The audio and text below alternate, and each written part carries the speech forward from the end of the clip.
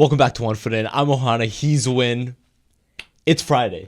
Which means we've got another preview episode, prediction episode, but this is also kind of a reaction episode in a way because we had some big rankings drop. Some rankings drop, some news broke with some coaching. Getting to the end of the season. Most teams only have 4 games left. Yep.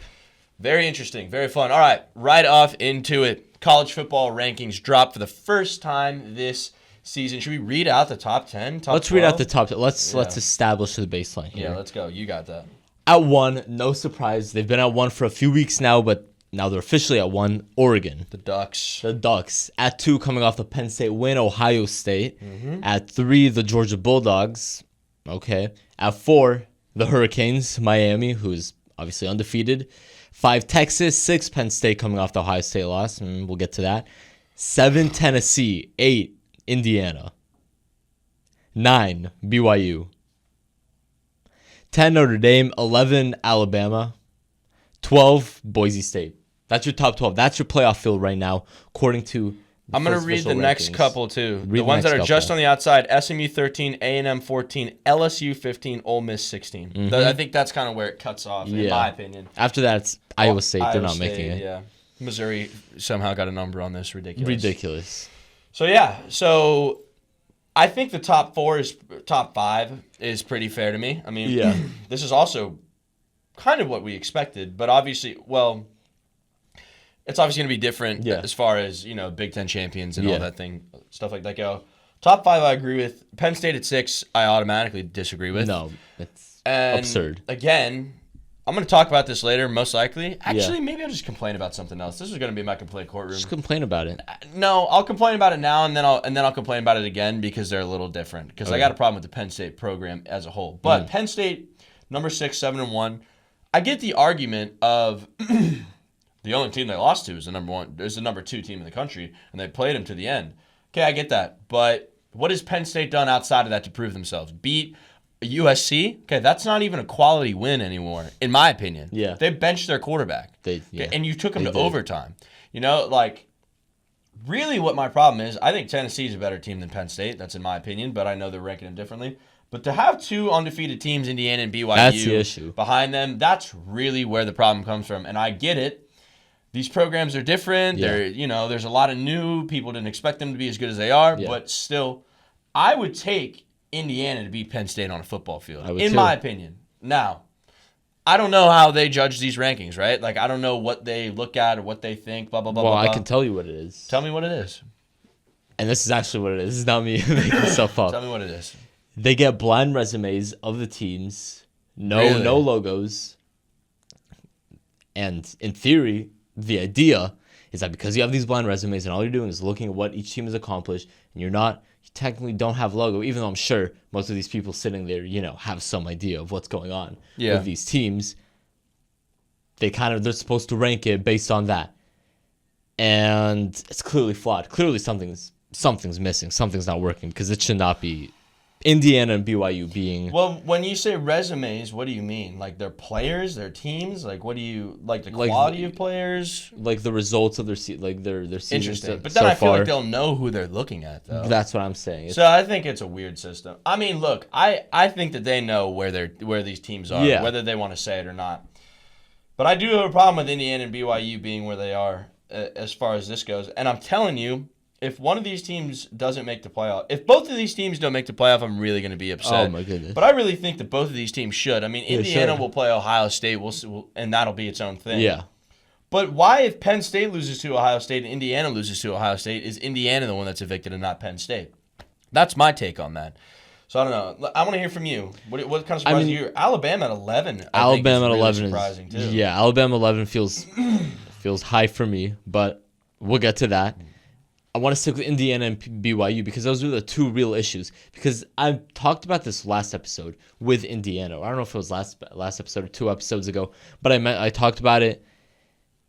If their logo was if it was a different logo. If it was an M. If it was an M, yeah, exactly. If it was an M, would they be 8? No, they'd probably actually be 2. Yeah. If it was an M.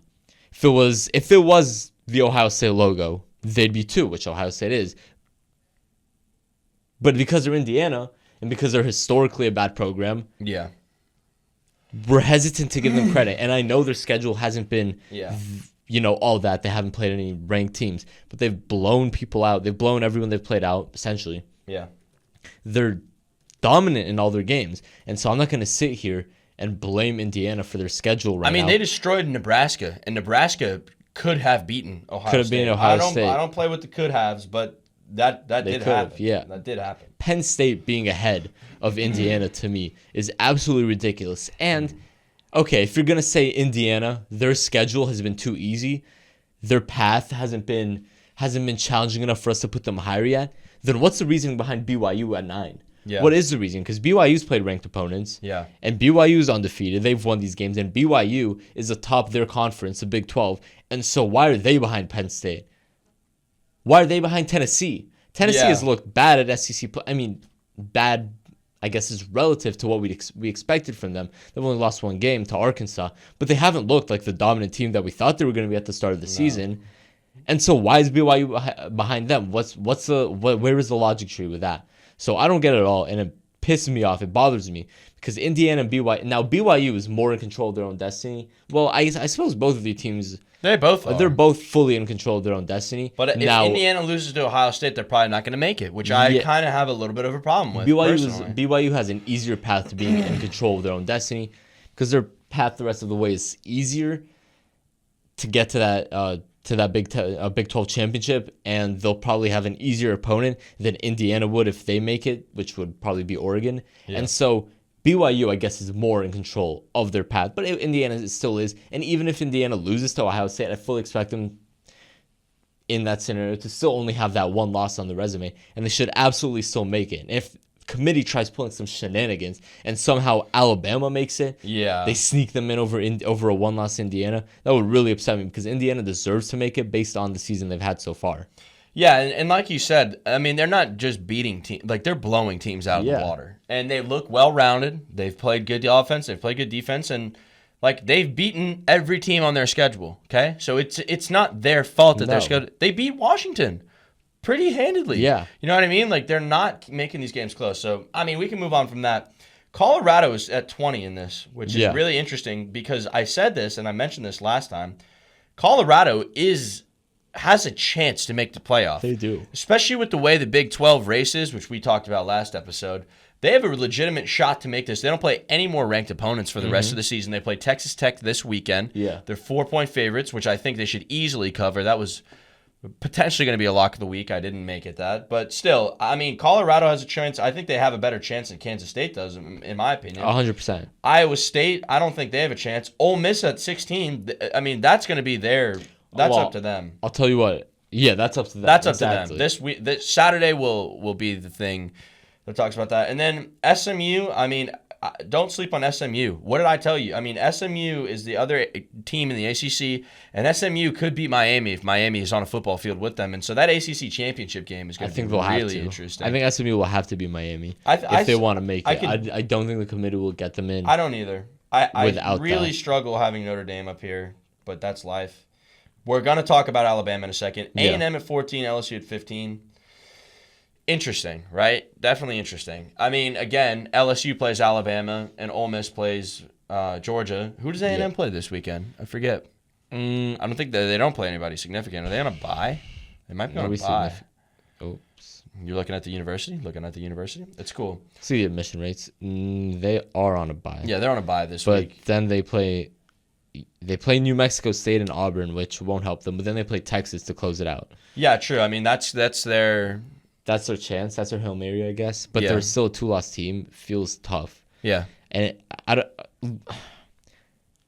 feel like the committee wouldn't. And again, I don't care what anyone says. There's absolutely bias in these. In like when the final ranking comes out, there's going to be bias in it. And I just don't think the committee would rather. Depending on how things play out, I think. Let's say Alabama goes undefeated from here on out. They're 100% going to make it because the committee's they're just going to put Alabama in. Or let's say LSU goes undefeated. They're going to have LSU. And I don't think Texas A&M is on the committee's priority list. They just have to beat Texas. If they beat Texas, I think they'll make it. All right. Well, I mean, in the committee's defense, I mean, I'll play the devil's advocate here. This is the first one, and they know that this doesn't have to be perfect because they know what's to come, right? They know that most of these teams in the top 15, 16 are going to play their differentiating games. Yeah. And speaking of differentiating games, I think let's just jump into the rundown and talk a little bit about some this weekend. So the SEC this weekend, they're big games that will, like we talked about, will be differentiators as far as the SEC looks, as far as the playoff is going to look. I mean, this is a big weekend. Mm-hmm. I think we all kind of knew it was going to be, even at the beginning of the season. You know, when you see Georgia, Ole Miss, when you see Alabama, LSU, you know that those games at this point are going to be big. So the first game we got written down here is Georgia, Ole Miss. It's at Oxford. It's in Oxford. Georgia goes in. They looked bad against Florida last week. Like, straight up, they looked bad against Florida last week. I'm not going to sugarcoat it. No. We talked about how bad. And then then Lagway gets hurt. Yeah. And then the Georgia defense steps up. Well, there's no offense playing against them, really. Not at all. 3:30 game, and we've talked about this. Ole Miss has nothing to lose anymore, and everything to gain. Yeah. Okay, and this is Lane Kiffin and Jackson Dart's do or die game. This is Dart's last game as a Rebel this season. Sorry, this is last season as a Rebel, right? He's a senior. And you saw him do his Anakin Skywalker, we have to win the season out thing. Kind of corny, you can think about that however you want. But in all seriousness, this is the game that Ole Miss has had circled for a long time. And they watched Georgia last week. They watched Carson Beck throw balls into triple coverage. Just giving them away. I mean, 3 picks. Yeah. 3 picks against Florida, who is not a team that intercepts the ball a lot at all. No. I mean, he was giving it to them. So, man, I see a lot of ways Ole Miss can win this game. Yeah. Is Trey Harris back for this game? Do you know, their receiver? Because that's obviously going to be a big thing. But, I mean, for Ole Miss, this game is either, okay, our season is made. Doubtful. Yeah, I don't think he was going to play. But for Ole Miss, this game is either successful season, unsuccessful season. Let me read real quick. I'm going to read Ole Miss's stats. Passing yards, number 1 in the country, 377. Points against, 6th in the country, 13.2. They're allowing 13 points per game. Points for, 4th in the country, 42.1. They're running the ball 178 yards per game, 45th in the country. That's not their super strong suit, but Henry Parrish is a really good running back that can be utilized in a lot of ways. So, you're probably sitting there thinking, Alex, it sounds like you think Ole Miss is going to win. And you're right. Ooh. I think Ole Miss is going to win this game. I do. I think that Georgia has been on a slide. Okay, I think that they have looked bad recently. Mm-hmm. They beat Texas, right? But Beck played well. He played better. I mean, he didn't play great, but he played better. College football is about emotions more than the NFL. And if you mean to tell me that every person in that stadium that is wearing an Ole Miss Rebel shirt is not going to be losing their minds, that every player is not going to be losing their minds, then you're crazy. Like, this is their game of the season. Georgia's a 2.5-point favorite. I would definitely take. I mean, I'm guessing Ole Miss is going to win the game. I think they're going to find a way. Yeah. Now, on the flip side, if they don't,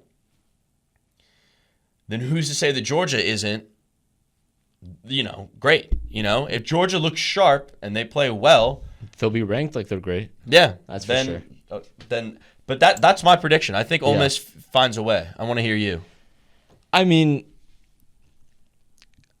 the vibe is Ole Miss. The vibe is Ole Miss. Listen, Ole Miss this year, they're averaging 23 points better than their opponents. Georgia is only 11.7. Georgia has not been blowing teams out. No. That they're supposed to blow out. They've been in more dogfights.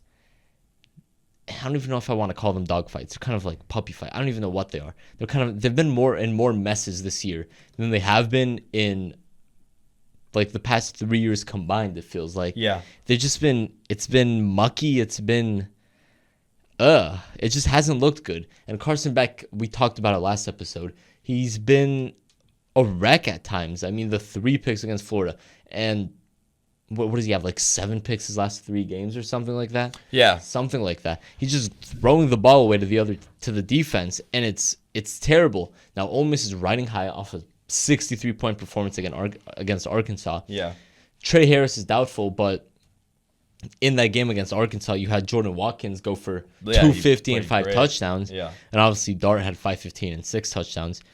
And it's like, okay, we knew that Ole Miss had the offensive firepower to put up performances like that. Yeah. Because we'd seen them do it before. We saw them drop 70 or whatever earlier in the season.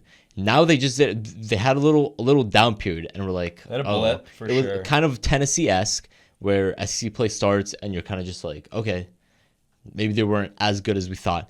But then they did it again. And it's like, okay, we saw it again. We saw what this offense can look like. And we've seen what Georgia listen, Georgia, like, if you want to, you can run on Georgia. At least that's what Florida decided. Yeah. And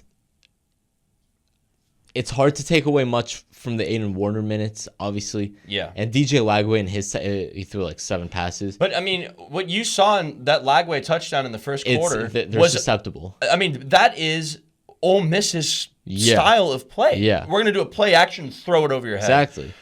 And especially if you're running and pounding the ball on the ground. Yeah. You're gonna get them. You're gonna have your shots out. So what are you saying then? I'm saying I like Ole Miss as well. Yeah. I'm saying I like Ole Miss as well. And they're back. Like, listen, I know I hated on Ole Miss. Like, I know I hated on them. And rightfully so. Like they shouldn't have lost that game to Kentucky. That to me is inexcusable. Overtime at LSU, I'm not a problem with. But I want to point out that Ole Miss sneakily went into South Carolina and beat them 27-3. And we just saw what South Carolina did to Texas A&M. Yeah. So, and I'm going to say one thing real quick too. I mean, I played quarterback for a little bit in my life, and I'm not an expert by any means. But from a viewer standpoint and from a player standpoint, quarterback is so much about confidence. And 100%. Jackson Dart right now, coming off of Arkansas, is going to feel confident as hell. Carson Beck is probably not. No. I mean, and this is what I'm saying. The reason why I think that Ole Miss is going to win this game is because I will bet money that Beck throws a pick or 2. And that Ole Miss offense capitalizes. Yeah. Like, that's the thing. If they turn the ball over twice in this game, 2 bad picks, then Ole Miss is going to capitalize on that. And then you're going to be in a shootout. Yeah. And I don't think you can come back and beat Ole Miss. I really don't. And Lane Kiffin's nuts. You know that Lane Kiffin's nuts. He's going to be dialing up crazy plays. He's going to be trying to infiltrate. He knows Kirby. That's the process. That's the bet on Ole Miss. It is that Carson Beck's going to throw turnovers, and it is that Lane Kiffin's going to get in his back. Now, I will say, and last point about this one quickly. If Georgia is a great team, and if Carson Beck is that guy, then this is the week they'll come in looking as dialed as ever. That's what the great teams do. Yep. You come off a shaky performance. Carson Beck comes off throwing 3 picks. You want to prove that you're great, and I know Georgia doesn't have anything to prove to us. They're 2-time national champs in the past 3 years. They went back to back, but this year, go dominate this game. Just go reestablish yourself, and then we'll know. But I'm betting on some turnovers, and I'm betting on Ole Miss capitalizing, and I'm betting. By the way, they win this game, Ole Miss. They're going to the playoff. They're going to beat Florida. They're going to beat Mississippi State. Well, Florida might be. Florida might have DJ Lagway back. That'll be interesting. We'll talk about that when we get to it. All right, let's jump into another game real quick in the SEC. Alabama LSU. Now, we just looked at the college football rankings. They got Alabama at 14. They had Alabama at 11, and LSU was 14, I believe, right? Or 15? 15. So 14. That's kind of weird. 14 or 15? It doesn't matter. Depends on where you look. This says 15. Well, AP and playoff. They're 15. I think they're 15. Okay. This is a night game in Death Valley, am I right? Isn't it night? It is 7:30 in Death Valley. Okay, Alabama's not going to win. Boom. Period. That's my take. I don't think Alabama's going to win. Now, it is on record that I'm not going to use that word, that I hated on Brian Kelly. And I said that he can't win big games. Okay? Well, guess what? It is on record. It is on record. And guess what? I was right. But second, I don't even know if this is. Okay, I'm not going to say that. Look, if this is his game to win, this is the weakest Alabama's been in a while. Okay, and as the season progresses, there's wear and tear. They don't look like a great team. I'm shocked that they came in on 11. I really am. It's just the way that it fell. It's the logo. This is LSU's moment. This is LSU's moment.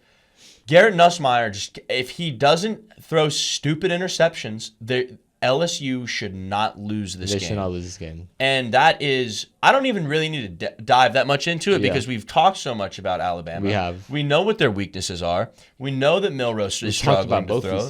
We've talked about both these teams, right? And, I think LSU's trending in a good direction. I mean, it's hard for me. I mean, they lost to Texas A&M last time we saw them. Okay, they're not. But I still feel like they were heading. But that was a tight game that they could have won too before Marcel Reed came in and destroyed them. And now look, the only way, in my opinion, Bama wins this game is stupid interceptions from Nussmeier, and then Jalen Milroe runs right through them, which is what Marcel Reed did. That is true. I just really think that LSU as a whole team is better than Alabama as a whole team. And I think this is the same thing that we're looking at with Ole Miss, which is that whole coaching staff is saying, you win this game playoff, you lose this game, you're done. Now, I'm not. Of course, Alabama is coming from the same perspective. Yeah. But LSU, I can't really put into words why I think that this is their win. That's my take on it. Well, I guess I'm gonna make a call here, and I'm gonna say we're gonna open up Lock of the Week right now. We're gonna go into Lock of the Week right now because this is my Lock of the Week game. Yeah, let's do it. And so if I'm gonna talk about it, might as well just start the segment. I've got LSU +3 here. You're giving me 3 points. LSU in Death Valley, 7:30 p.m. night game, which is a stat that Brian Kelly has. I believe it's like 5-1 or something at night games, something like that. Death Valley is a legitimate difference maker. It is a difference maker, except for Alabama, who I think is 5-2, 6-1 in Death Valley, maybe against the spread with Nick Saban. With Nick Saban, which they no longer have. The betting market is going with Alabama here. Most of the bets are coming in on Alabama. Yeah. And obviously they're favored. But I don't trust Alabama. I just don't trust them. I don't think they're that good. We've talked about it ad nauseum. They're kind of a mess at times. Flattening Missouri is not impressive. Missouri is not impressive, and that's why. This is a take, by the way, that I'm kind of throwing it back to the first segment. The only reason Missouri is ranked is because Alabama just beat them, and it gives the committee an excuse to rank Alabama higher than they would be. But yeah, enough ragging on the committee for now. Well, I'll get back to it. Alabama's defense has played better. Obviously held Missouri to 0 points, so that's something. But that's not hard to do. That's not hard to do. Now, Garrett Nussmeier, like you said, he likes throwing you some balls. And I've talked about how much I love Garrett Nussmeier's stat lines and the way he plays, because those are fun stat lines. Those are fun to read out. Those are fun to read out, and I also think he's a legit NFL talent. But anyways, this is not an NFL game. This is Alabama at 7:30 p.m. And regardless of what the team is, it's kind of have like Georgia. They can't really beat Bama, even though this isn't a good Bama team. Yeah. And Georgia outplayed them that second half. Whatever. I'm not trying to go back to that game. They can't. There's something about it. There's something psychological. LSU 3-1 outright as home underdog under Brian Kelly. 6-2 outright in its last 8 overall as home underdog. So bet against them when they're at home. They're winning more often than not. But Alabama, like I said, 4-1 against the spread in the last 4 trips to Baton Rouge. The only non-cover was 2022. That was the Jaden Daniels Mason Taylor game. Shout out. I'm gonna bet on LSU's side of this here. And that is your lock of the week. As the home underdog, and that is my lock of the week. I feel them here. So let me say, we've said everything we need to say about it. I'm going to touch on this real quick, though. I said, I'm like, Brian Kelly doesn't win big games. I think he'll win this game. Yeah. And now I'm betting on him. Yeah. So this is the thing. If Brian Kelly wins, It's not. It's, in my opinion, not a celebration. It's you did what you were supposed to do. The job's not finished. That's my take on it. You did what you were supposed to do. Yeah. If he loses, then I am right back to where I was a couple weeks ago when I said that he cannot win big games that he needs to win. Okay, Yeah. that's my point on this. If he loses this game, and especially if they lose this game because of stupid errors, Yeah. like a missed field goal Yeah. or dumb penalties, then I'm gonna chew. I'm gonna go crazy. I mean, their season's over anyway, so it doesn't matter. They cannot be 6-3. Like, this team should not at any point be 6-3. No. And if they are, then Brian Kelly deserves all the slack in the world. So this game will be interesting. And another coach that we've talked about a lot that we'll get into right now is What's your Mr. Oh yeah, let me say my luck real quick. My luck of the week, because we're doing it now. Yep. BYU is a 4-point favorite at Utah. Utah has lost their last 4 games. Utah's not good. Period. Now you're like, how is BYU not giving more points? Because it's one, a rivalry game, and because it's 2 in Utah. I don't care. The holy war of the Mormons, led by BYU Jake Retzlaff. Give me BYU. I think it's Isaac Wilson who's thrown as many touchdowns as he has interceptions, which is 8. Which is probably better than 38-year-old Cam Rising, who's not playing, whose frontal lobe is developed. Yeah. So I like BYU, and again, like I said, BYU is at the point now where they know they can't lose a game, and they're not going to lose a game. I can't see them beating Utah. I mean, I can't see them beating Utah by less than a touchdown. Yeah. So that's my take on this. Yeah. Trying to stay undefeated. You're trying to get above. Trying to get above 5. This is exciting. For the first time. Trying to get to 4-3. First time above 500. Let's do it. I'm feeling it. All right. Let's go O2. Let's talk about Billy Napier. Let's talk about him. So Billy Napier is going to continue to be the head coach of the Florida Gators. And this isn't me saying that. This is an email that I got this morning from Scott Strickland, the athletic director at the University of Florida, giving us 5 paragraphs about why he's keeping Napier, that he's keeping Napier, blah, blah, blah, blah, blah, blah. I'm not going to read the whole thing because it doesn't matter. But it basically is saying, it prefaced with, the last few weeks have shown us that he is capable of doing. Now, Florida hasn't won a lot of games in the last few weeks, if you're not aware of it. I mean, they beat Kentucky, by a good, healthy margin, right? Kentucky's not good. Kentucky sucks. So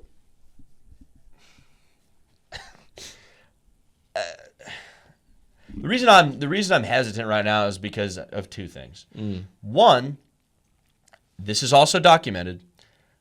I was in Knoxville, Tennessee when he did not go for 2 and gave that game away, and also couldn't score in the red zone, and I was coming for his head. Okay, and I was right because that was horrible. 100%. That was horrible. Disaster.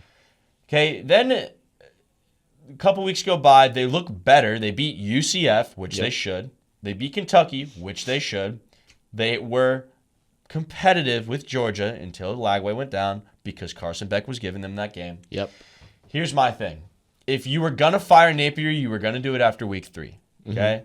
When they didn't do it after week 3 and then he won 2 games, I knew he was going to stay. Do I think that this is the right call for this season? Yes. Firing him in this season makes no sense because you're only playing a gauntlet of teams. What is the team going to rally around? The defensive coordinator? I don't think so. As far as the program in general, it's tough for me. Florida has not been a great team since 2020 when Dan Mullen was there with Trask and Pitts. Yeah. And before that, they weren't a great team. They were a good team. They weren't a great team. No. I am of the opinion that in college football, you need to give coaches time. You have to give coaches time. However, I've also ragged on Napier a lot because this is year 3, and it should be looking better than it has. That is the truth. Everybody will agree with me. Kurt Cignetti is able to go to James Madison and win 10 straight games and then go to Indiana and win 8 straight games. Yep. So I don't have a lot. It's a very short leash for me when it comes to time. And his first years, too, by the way. So I was a very pro get Napier out. The recruiting classes aren't great. The reason that he's staying is because of who? DJ Lagway. That is the truth. One man. One man, which I'm not a fan of. I don't think that one player should define it. But As far as Scott Strickland, the athletic director, is looking at it, I think he's saying this. How much worse can it get? Really? How much worse can it get? He's seeing some positive climb, and he's saying, I'll take it. So you know what? Just keep him, Just keep him for a year because Florida may not make a bowl game this season, okay? They didn't make a bowl game last season. They probably won't. They probably won't. They've got to beat Ole Miss. They've got to win 2 games, and they'll beat Florida State. They'll beat Florida State. Season, but their next 3 are Texas, LSU, and Ole Miss. So, I'm very conflicted about this because it's been such a roller coaster, and I really am genuinely, I am disappointed in Napier's product, what he's produced. He's lost games, multiple games, throughout his tenure there that they should have won, that would have changed their season, that would have changed the program. And a lot of it does fall on him. Repeatedly, 12 men on the field, field goal issues, bad play calling. Bad play calling. Not going for 2. So Florida right now is poverty, genuinely. They're not trying to keep overturning it, which I'm fine with. They also gave him way too big of a buyout, which is a whole nother topic. The fact that man has a $26 million buyout is crazy. But I think as far as it goes, I'm okay with it. I've been yapping for too long. I want to hear you talk about it. Okay, let me say some nice things about Billy Napier to start off. He does have this team playing better. He does. In recent weeks. This is true. Recent weeks being a Mississippi State win, which, how impressive is that? I don't know. A UCF win, which at the time, we thought UCF would steamroll Florida, but turns out UCF isn't that good either. But he still got it. Credit. He won that game. A Tennessee loss, which he gets 100% of the blame for. We've already discussed that. Disaster class by him. Then a Kentucky win, which Kentucky's not good. And then the Georgia game, which was the team's best performance and was a 34-20 loss. Now, did DJ Lagway get hurt? Yes. And is that why they lost? Some might say. But they still lost. But whatever. It changed the game, and they looked good. They played well. The defense was better. And clearly the players haven't quit on him. They haven't quit on him. They seem to like him, which is a credit to him. DJ Lagway tweeted out very excitingly. Posted something on social media. I don't remember which. It was like platform. An Instagram post about it, like a story. Yeah, so he's happy. Yeah, he's happy about it. So that's good. He'll stay, which is important because he is the prized possession of the school Florida right now. wants, when a Florida player wins the Heisman Trophy, they put a statue of him in front of the stadium. They want a DJ Lagway statue in front of that stadium. 100%. Now, can he do it with Billy Napier? I don't know. He'll have to overcome. In my opinion, he will have to overcome. Because I don't think Billy Napier being the coach of this team in the long term is the right decision. Now, they could always just move on from him next year. And I want to talk about Scott Strickland because part of this is Scott Strickland saving his own behind. Which is very true. This is him saving his job because if he fires Billy Napier, he should be, and probably could say he should be anyways, gone with him. Because you don't get to make that many coaching decisions, coaching failures, coaching firings, and then get to make another coach hiring. No, you'd probably be gone. And so this is him saying, no, guys, don't worry. We're actually fine. Look, we've been playing so much better the past few weeks. Why would you fire him? And then, in turn, why would you fire me? I hired this guy who's got the team playing better, who has DJ Lagway at our school. A lot of the anti-Napier firing, or the people that were anti-firing Napier, that hang their hat on, but he's such a good recruiter. Look at the recruiting classes he's bringing in. Not this year. The recruiting classes he brought in. He doesn't have that anymore. Next year, which he's going to get next year, if they don't perform, there's no but. There's not going to be any buts. You got to perform, and you got to perform at as high of a level as realistically, if this isn't like a 9-win team next year, can he keep his job? No, because then at that point, what are we really doing if it's not a 9-win team? Because Lagway should in theory be a more, I don't want to say the best version of himself in terms of his college career, but he'll be. A lot of guys win the Heisman in their second year, in their second year. Plus he's getting more experience this year than most other guys do their true freshman year where they'll redshirt or whatever. Now, obviously, he has that injury, but he is returning to practice, I think, or whatever. Like, he might be fine. So, yeah, Napier should be on the shortest of leashes. Well, so what I was just going to say is I think that this is arguably one of the longest leashes I've ever seen a coach on, ever. Yeah. The ceiling right now for this season is 6 wins. Yeah. Okay. Napier's first season, 6 wins. Yeah. His second season, 5 wins. And now the ceiling is 6 wins. And it won't get to 6 wins. They probably won't get to 6 wins. That's the best possible outcome. Well, technically, best possible is... No, you know what I mean. Wins, they're playing Texas, LSU, Ole Miss, and Florida State. Yeah, you know what I beat mean. Florida State and maybe still one of the other 3. But... Maybe. When I read those out, I really am like, man, you should fire this guy. But yeah, you know what? Listen, if this was the NFL, he would be fired because... And maybe this is me having too much of an NFL brain, I suppose, like kind of being, or not an NFL brain, but being used to the NFL way of things working. You want to start the clock, like you want to rip the Band-Aid off, and it's not about the development now. And it's obviously different in college because these are college kids. This is college development. Yeah. This is a program you're trying to build, which is different Napier from building a college an NFL coach, team. For sure. Because He's trying to be a culture He would guy. He'd get trounced. He would be a disaster in the NFL. Suck. Yeah, definitely a college guy and probably a Louisiana Monroe college guy. But he's going to try to make it work at Florida. Florida's going to try to make it work with him. He should never have gotten a buyout that significant. For a guy that's never been the head coach of a big program, he should not have gotten a buyout. If it was smaller, he would have been fired. He would have been fired, 100%. So, all right, let's get into our final segment of our show.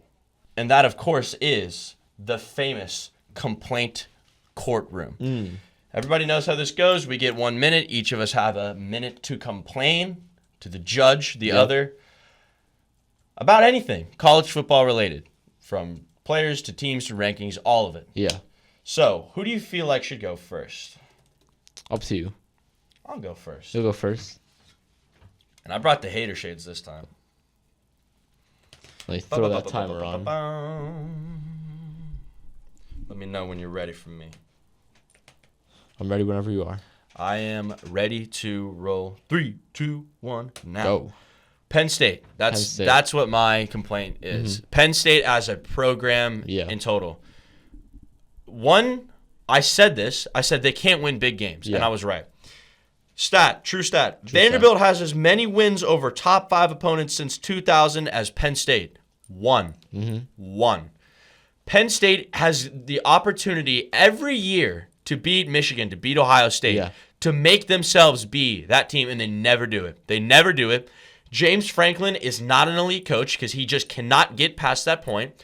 And every year it's the same thing. Penn State is like the Dallas Cowboys, right? Everybody talks about them because they have to, because they have the opportunity. They could, and they never do. Mm-hmm. And also, backing up from that, program in general, I'm not going to get into the specifics, but I mean, Penn State has lawsuits against them right now that they refuse to talk about that are really serious. And the whole program I hate, and I don't like to watch it, and I hope they don't make the playoff. That's my minute. You really Penn State person out there that's got a problem with that. What's your argument? You really hate Penn State. What's your argument? Penn State. Penn State. I mean, I could go on Notre Dame too, but I'm not going to do that. You really hate Notre Dame as well. I'm not a fan. Not a fan of these programs. All right, let me throw a minute on you. Throw a minute on you. Also, everybody comment about how good Eitan looks with his earrings. Done by our professional. Shout out. This is episode 3 with them. Yeah. Well, second episode on camera. Yeah. So we had a little mishap. All right. Your minute starts right now. Okay. I'm going to complain about the makeup of the College Football Playoff Committee. Because, you know what? And it's kind of weird to say, it's too professional. Even though you don't really think professional. You think kind of, what are they doing? But it is too professional. It's too many athletic directors and heads of conferences and former head coaches. No, here's what it should be. Here's what the breakdown should be. You should get 5 people in a room, okay? And those 5 people should be, 1, someone who is related to college football in an executorial way, all right? That's one person. So Okay. like a head of conference, an official conference, something like that. A coach. All right. A current coach or former Current or coach? former coach. Okay. A former Heisman. Okay. A Twitter nerd. Nice.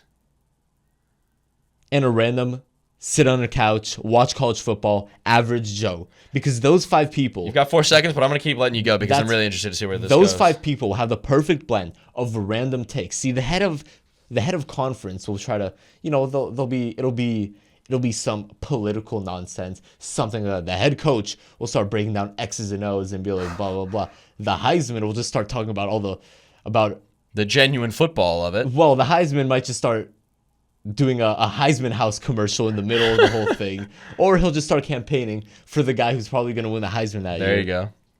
The Twitter nerd is going to throw some random team like Cal out there and be like, oh, look at the Cal or whatever. He's going to go, I complained about Twitter nerds last time, actually. So it's one of those people. So he'll probably say something stupid.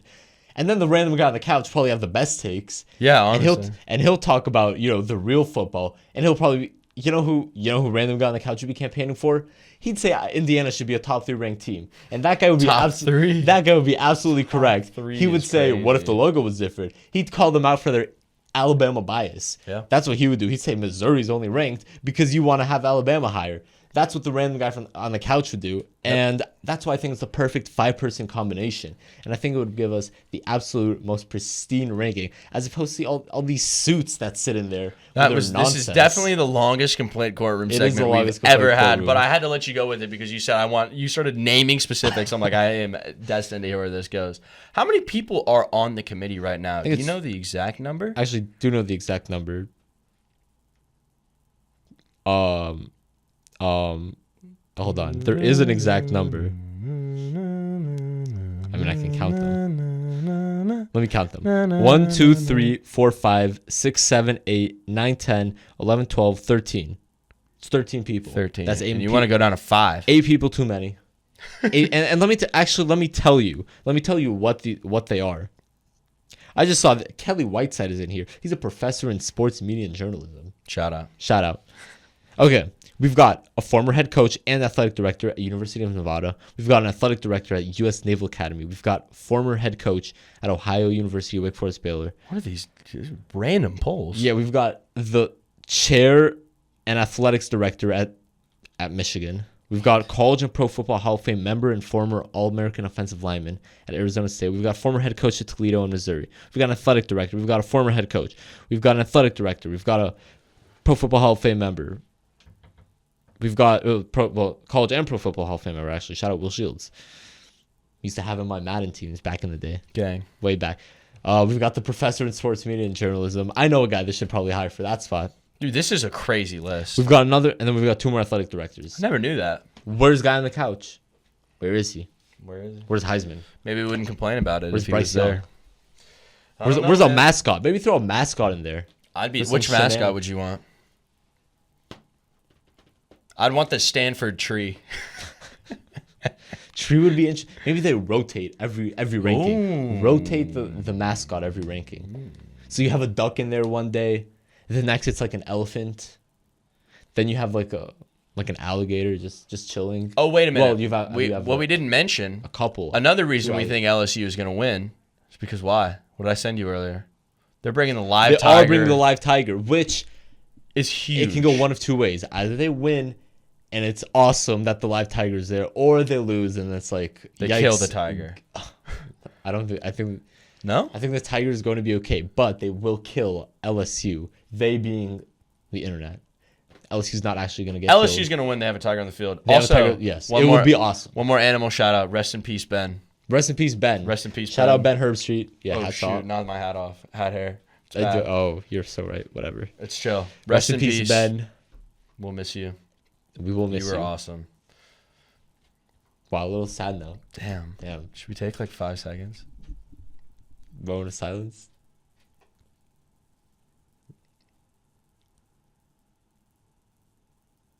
Okay. That was a good moment of silence. Shout out Ben. Okay. That's it. That's all we got. I hope you took the moment of silence. I with heard us. you, if you didn't take the moment of silence, You're a then bad person. You're not the best. You're definitely not the best. Well, that's for sure. That's very much for sure. It's got to be. All right. Thank you guys so much for watching. We will catch you in the next one. I will be in Austin, Texas this weekend, so definitely be sure to check the Instagram. Yep. I'll throw some content out there. Some live analysis from Florida. I'm going to find Arch Manning at a bar on Saturday night. You're going to hype up Aiden Warner? Oh, Aiden Warner's going to go in there and get that dub, son. Yeah, we'll see. But anyways, thank you guys so much for watching. Washing. If you see me in Austin, Texas, throw food at me. Ooh. Throw beer at me. Or buy you food. Oh, that'd be so cool. That'd be better. All right. Thank you guys for watching. We will catch you on Tuesday. See you.